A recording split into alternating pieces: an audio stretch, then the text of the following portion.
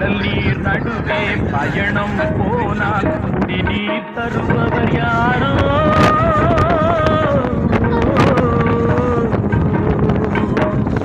தனியாய் வந்தோர் துணிவை தவிர துணையாய் வருபவர் யாரோ